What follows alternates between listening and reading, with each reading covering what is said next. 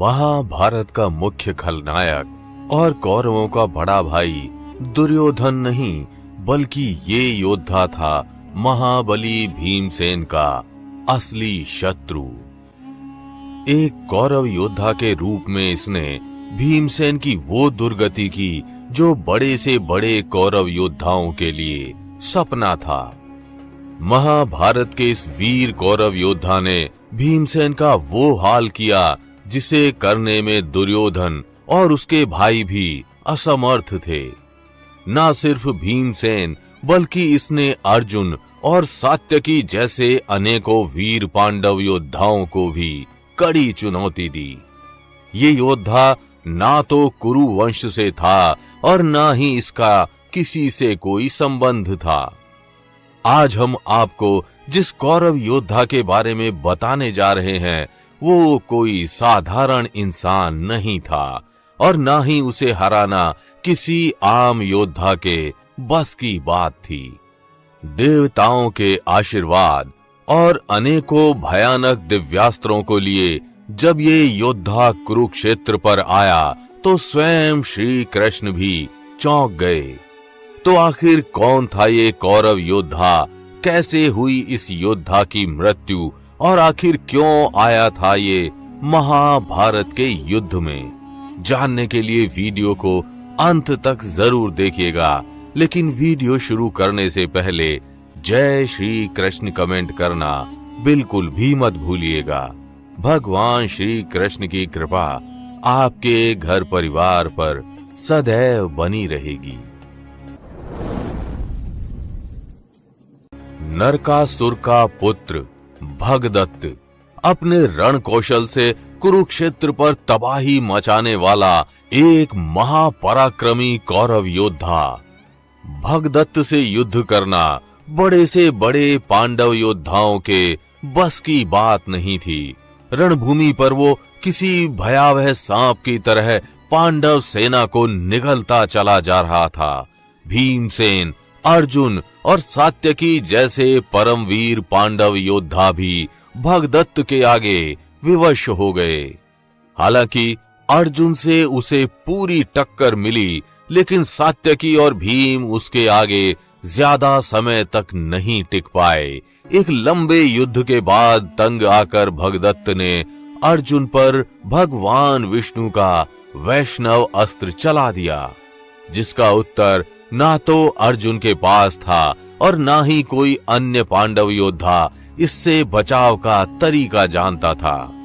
ऐसी कठिन घड़ी में श्री कृष्ण ने अर्जुन को बचाया और वैष्णव अस्त्र को अपने ऊपर सहन कर गए। अंत में अर्जुन का भी अन्य योद्धाओं जैसा ही हाल हुआ। जो योद्धा अर्जुन को टक्कर देकर स्वयं श्री कृष्ण को मजबूर कर दे वो कोई साधारण योद्धा नहीं हो सकता।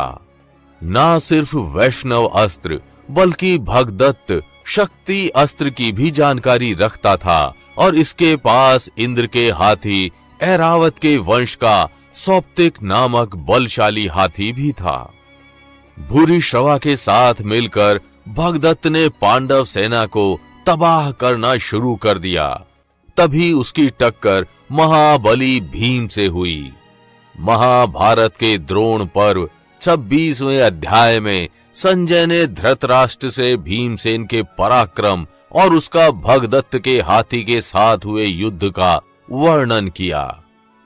एक तरफ भगदत्त अपनी हाथियों की सेना के साथ था तो वहीं उसके सामने महाबली भीम खड़े थे। भीम में असंख्य हाथियों का बल था और उन्होंने ना जाने कितने हाथियों का दमन भी किया था, लेकिन भगदत्त के सौप्तिक नामक विशाल काय हाथी से पार पाना भीमसेन के भी बस की बात नहीं थी। इंद्र ने जिस ऐरावत हाथी के द्वारा दैत्यों और दानवों पर विजय पाई थी उसी के वंश में उत्पन्न उस सौप्तिक नामक हाथी पर सवार हो भगदत्त ने भीमसेन पर चढ़ाई कर दी। वो हाथी अपने दोनों पैरों और सूंड से भीमसेन पर प्रहार करने लगा और उससे बचने के लिए भीम इधर उधर भागने लगे।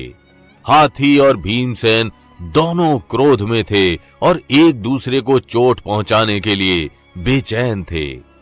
शायद जीवन में पहली बार भीम का सामना ऐसे हाथी से हुआ जो उन पर भारी पड़ रहा था।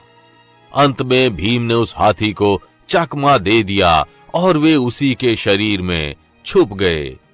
जैसे ही उस हाथी का ध्यान भटका, भीमसेन वहां से भाग खड़े हुए।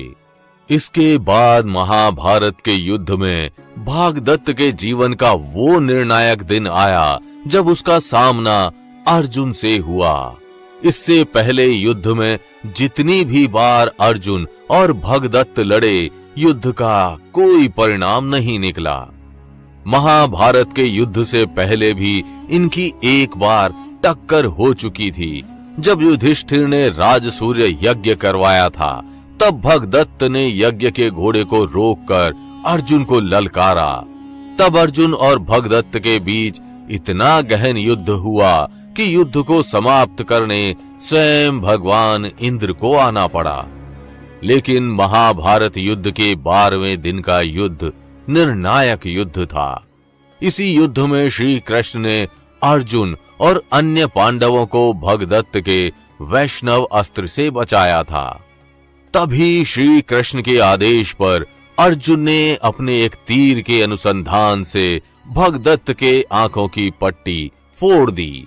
भगदत्त को अंधा करके ही मारा जा सकता था। आंखों के साथ भगदत्त को हराना मुश्किल था और श्री कृष्ण इस बात को जानते थे। इस प्रकार श्री कृष्ण की सूझबूझ और अर्जुन की वीरता ने कुरुक्षेत्र की भूमि पर एक और कौरव योद्धा का अंत कर दिया। महाभारत के उन अनंत वीरों में भगदत्त भी एक अन्य वीर योद्धा था। कौरव योद्धा भगदत्त नरकासुर का पुत्र था, जिसने देवासुर संग्राम में असुरों का साथ दिया था। नरकासुर इंद्रदेव को अपना शत्रु मानता था और उसने इंद्र के कवच कुंडल भी छीन लिए थे। इस प्रकार नरकासुर देवताओं के वश से बाहर हो गया और देवताओं पर हावी होने लगा। देवराज इंद्र ने नरकासुर के दुष्कर्मों को देखते हुए भगवान श्री कृष्ण की सहायता मांगी।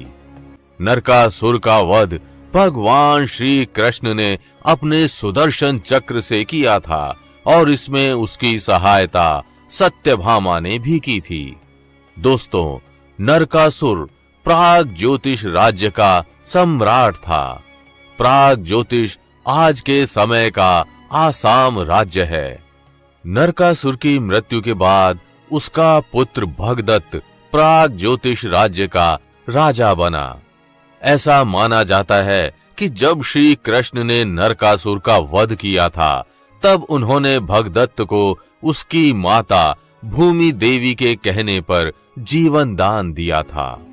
नरकासुर के समान ही भगदत्त भी बड़ा ही शक्तिशाली था। उसको अपने पिता से ही शक्ति और वैष्णव अस्त्र प्राप्त हुए थे, लेकिन वो एक कुशल योद्धा होने के साथ साथ बुद्धिमान भी था और हर निर्णय बुद्धि के बल पर ही लिया करता था। शायद यही कारण था कि उसके देवराज इंद्र से अच्छे संबंध थे।